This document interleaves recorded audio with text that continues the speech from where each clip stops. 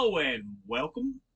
My name is Alan. Today we are back with more Autobiography of a Freedom Writer. Today we'll be starting Chapter 11, Chicago Bound.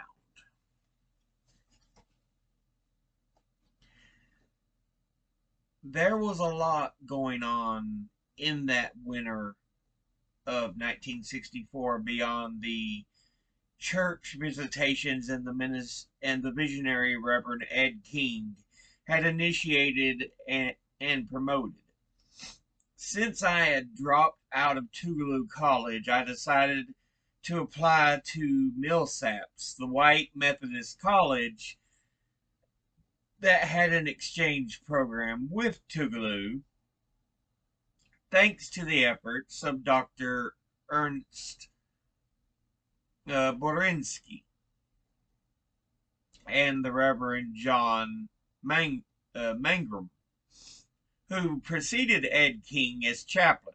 However, the tolerant views of some of the students and faculty there apparently did not transfer to its institutional practices, at least not in my experience. Millsap's denial of my admission was a devastating blow with which I struggled greatly. Coupled with that event was my attendance at the January 1964 trial of Byron de la Beckwith for the murder of Medgar Evers. I hadn't been in Jackson for Medgar's funeral, but now that I was back in the city, there was no question I was going to make my presence felt in the courtroom, where at least an attempt would be made to see that justice was carried out. Dory Ladner, who had been working with SNCC in the Delta, came to Jackson for the trial. She was the first from the band of student activists I had been a part of at Tougaloo, who I encountered since my return to Mississippi nearly half a year prior. She was only planning to be in the city for a few days before returning to the Delta. The judge had declared open seating in the federal courtroom. Therefore, we both insisted on sitting in the white section, as we should have been able to do, even as some whites tried to block us from finding space. But De La Beckwith would go to trial for Medgar's murder not once, but twice in 1964, with both ending in mistrials by all white juries who couldn't reach a verdict. Although I was not at that second trial, it was reported by Governor Ross Barnett, whose term ended that same year, interrupted the proceedings to shake hands with De La Beckwith. He did so while Medgar's widow, Merle Evers, was testifying. I guess there came a point where I just couldn't take all the hate and injustice anymore, and at that point was gathering momentum like a wrecking ball that was poised to swing. I will be the first to admit that I did not a put an ample effort into finding any old friends when I first returned to Tougaloo College that fall semester of 1963, and that it became increasingly clear that my time and options were running out less than a year after my return. I really did regret that. Hard choices had to be made yet again. After the De La Beckwith trial and my denial of acceptance at Millsaps College, I was done with Jackson, as it apparently was with me. As for moving back to Prentice, conversations with my parents led to the unhappy fact that it was not the right time for me to set up shop in Jefferson Davis County, Mississippi. Dad believed the Klan had not forgotten me, and he had that on good authority from his Caucasian friend in Silver Creek, whose previous tip had me taking off to Kansas City. I was still dealing with the repercussions of my time there, still doing battle with the bottle I had found borrowed comfort in me, burrowed comfort in me. I'm not sure how aware or unaware my parents were of this ongoing struggle I was having, but I did my best to hide it from them. I loved my family, and despite all the damage, all the destructions that had occurred in these pivotal years in the movement, I dearly loved my home state of Mississippi. I did not want to leave in the most desperate kind of way, but besides the warning about the Klan, we got a word that some in the White Citizens Council, of which De La Beckwith had been a member, wanted to hang me from the highest tree they could find. My father and I had previously discussed the possibility of developing a cattle farm. He owned 50 plus head of cattle, and it would not have been difficult to add 100 or more to start with. But the per pound price for cattle had fallen by half in the past 2.5 years. The proposal was off the table. I also gave thought to at teaching at Prentice Institute, the private black junior college in the area, once I finished my degree. The idea was not inviting to me, so I nixed it, but really, those alternative routes to take were all moot anyway, since my parents were not safe. No, none of my family was, as long as I was around. Um, that left me with one option: get out of town. This time for good.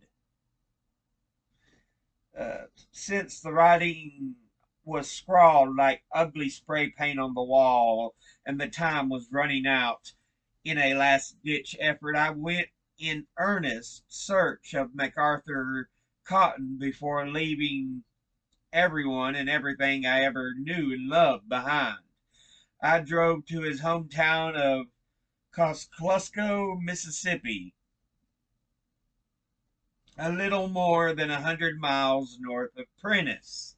I was so desperate to reconnect that I randomly stopped people on the street and asked if they knew Mac.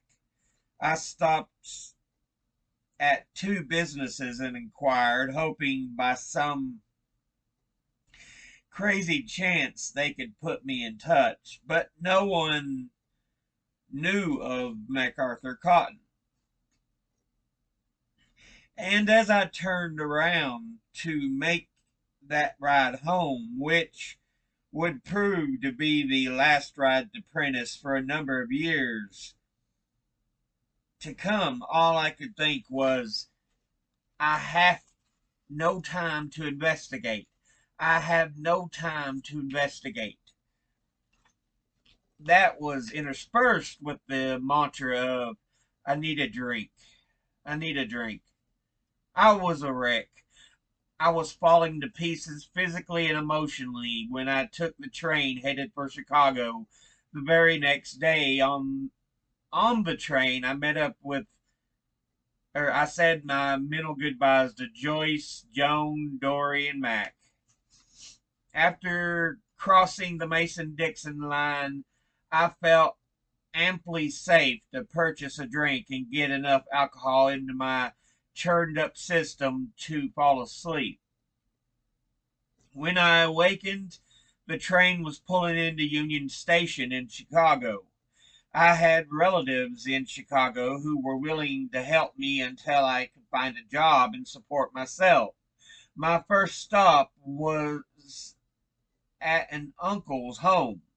3 days later, I moved in with a cousin who lived on the west side of Chicago. Contrary to perceptions of the time, many of the residents did try to maintain their properties and provide decent places for their families to live. However, it takes more than that to overcome big city problems. My cousin's landlord asked me to work with him as a fire escape painter.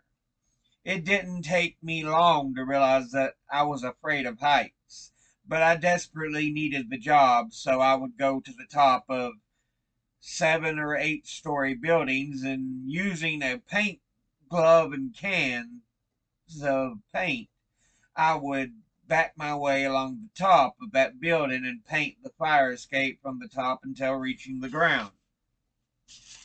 Clearly, I was in the wrong profession. As I worked my way down on the last of the several buildings, I promised myself that I would never do that again. The landlord, Roy Mays, felt sorry for me and allowed me to purchase from him a rusted three-tone 1955 Chevrolet car for $75.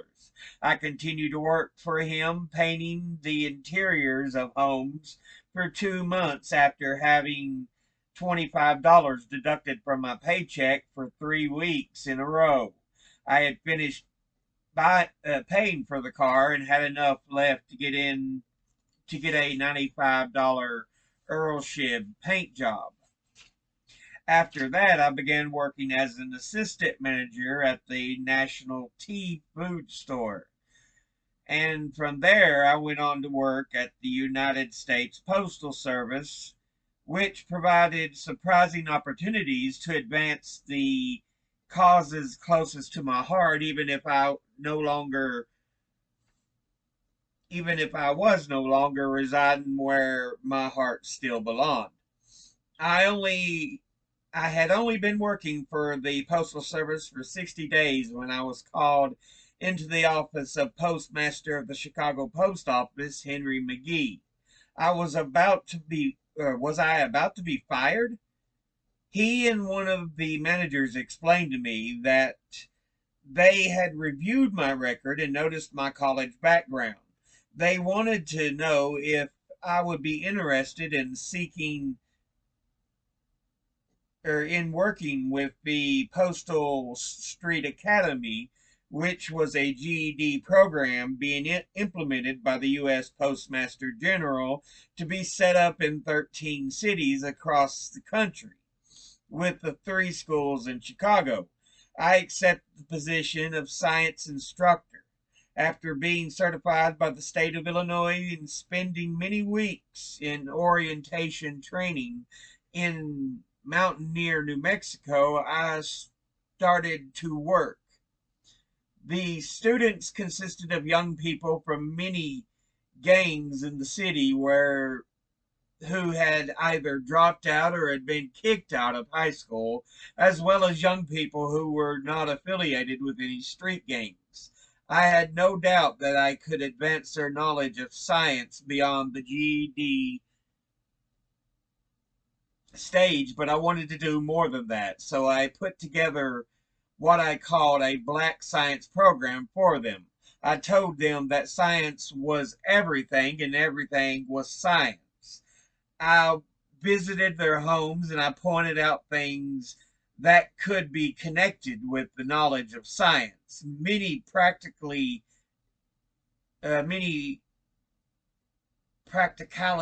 classes would be based on those visits. Students were always involved in special projects. Often we had to encourage them to go home hours after school was closed.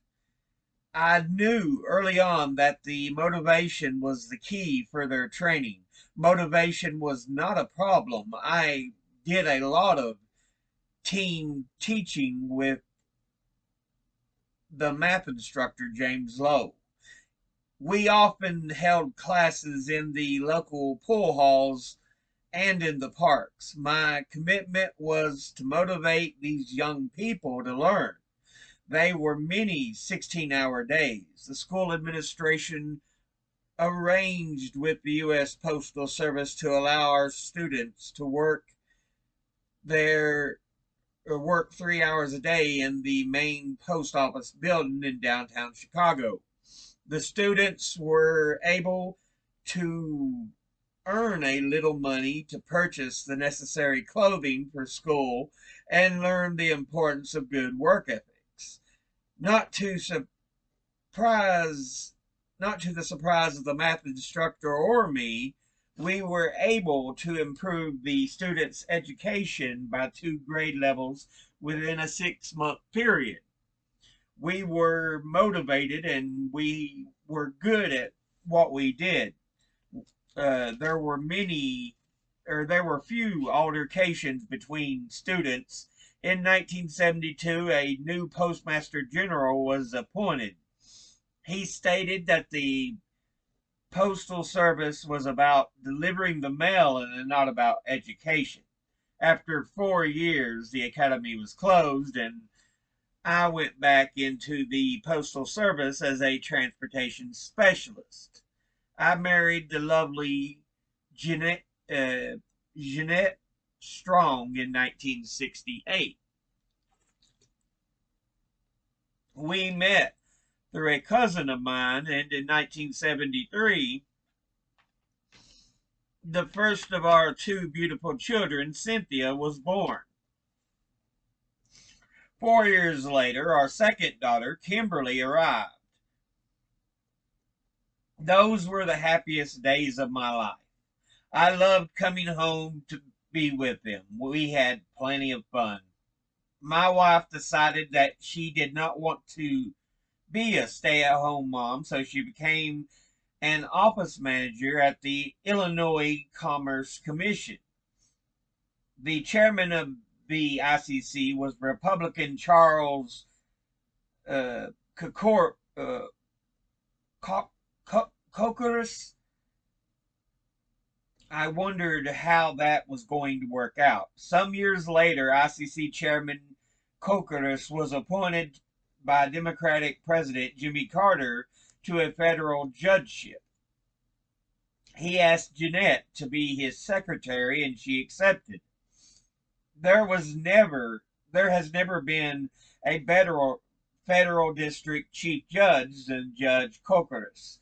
As for me, I stayed in the U.S. Postal Service and held a number of transportation jobs. The Postal Service paid me well, and I advanced within the system. I retired from the Great Lakes Area Office, U.S. Postal Service, on April 2nd, 2004. My wife, Jeanette, and I often wonder if we were good parents. We wonder because we can't determine the fail pass grades. We don't even know if there is such a thing as pass or fail. Therefore, we determine parental success by our standards. As far as we know, neither of our children became addicted to drugs, alcohol, or tobacco. They were considered to be good kids. They both made good and bad choices. We as parents uh, have also made good and bad choices. We don't condemn them for their failures because of ours. We taught the taught and continue to teach them and try ourselves to learn from errors and move on. I did move on after leaving Mississippi. After a period of getting established and raising a family, I started going back to the place of my birth for funerals and to attend to family business such as maintaining property. For more than a decade, I have been searching my family history. Documenting my ancestors has given me a great source of personal satisfaction. In 1987, when I came back for my uncle Nemira's funeral, it became one of those prized occasional reunions with some of the people who with whom I grew up. A group of guys stayed up late one night talking, and someone had a bottle of whiskey, which was shared. I drove back to the nearby home of relatives with whom I was staying and parked in the driveway. I was so late. I didn't want to awaken anyone, and so I slept in the car until I was jarred awake. Why in the world would I be approached by a police officer while I was sleeping in a car that was parked in a relative's driveway and get arrested for DUI?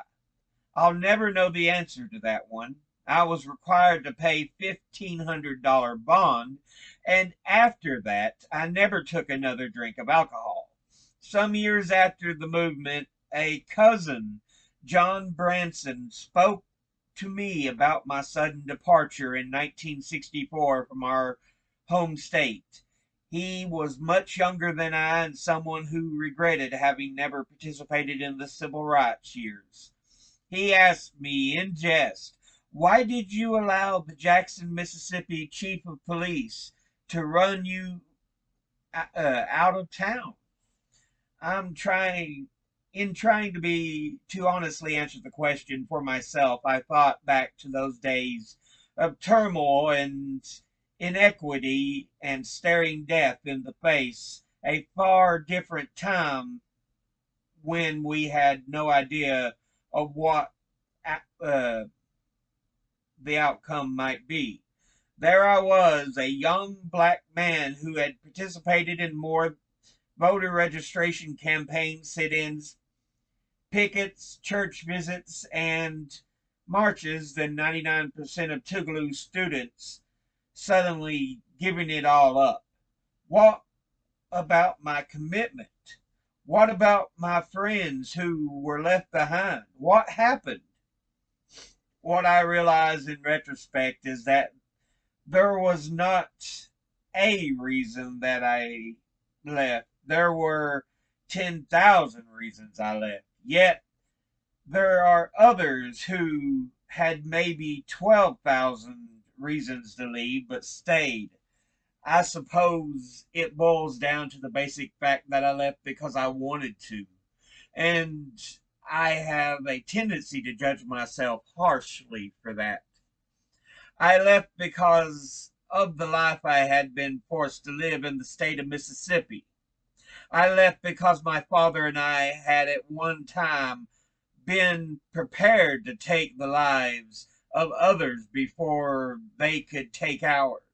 I left because less than 35 miles from my house, a young black man, a voter registration organizer, was shot and killed on the courthouse lawn in Brookhaven, Mississippi. I left because of threats to my family. I left because my best friend had been sent to Parchman Prison, and I thought that I would be dead before her 3 months were served. I left because no white man had ever been convicted of killing a black man in Mississippi, and I left because I would have been just another dad. Those were hard times. They were dark times, and murder and beatings that were sanctioned by the great state of Mississippi. There were times that tried men's souls, and that included the soul of one of the little people's Thomas Madison Armstrong III. There you have it.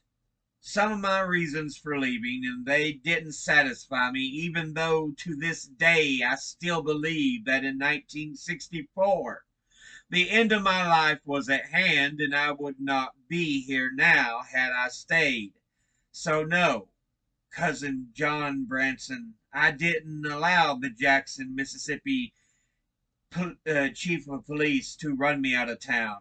I left town in order to be able to speak with you today. Yeah. Woo! We'll go ahead and end this episode there. It's already a long one, but I went ahead and just finished the chapter out, leaving us one chapter. I think it's just one chapter. It's the last one. And it's not a long one. So that'll probably finish out our look at the book here. But yeah. So he finally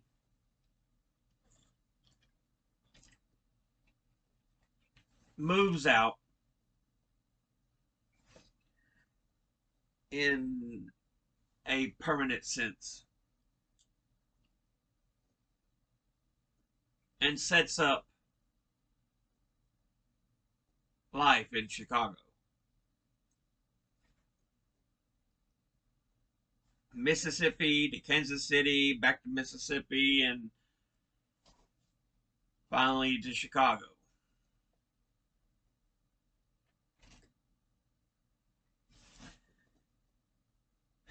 And he reaches the point where he's going back home, for the funerals. To talk to people for business, property management. I'm about at that age myself. I have no living grandparents left. My parents are getting up there in age. Shoot, I am. I'm getting old. But, yeah. It's the time he can look back on everything now and remember, because he lived through it, and his life was not forfeit to the fight. But yeah, we'll go ahead and hopefully end the book with the next episode. As always, educate thyself. Think, read, study, learn. Someone tries to tell you something you have trouble believing, ask them to cite their sources. I'll see you all in the next video. Until then, later.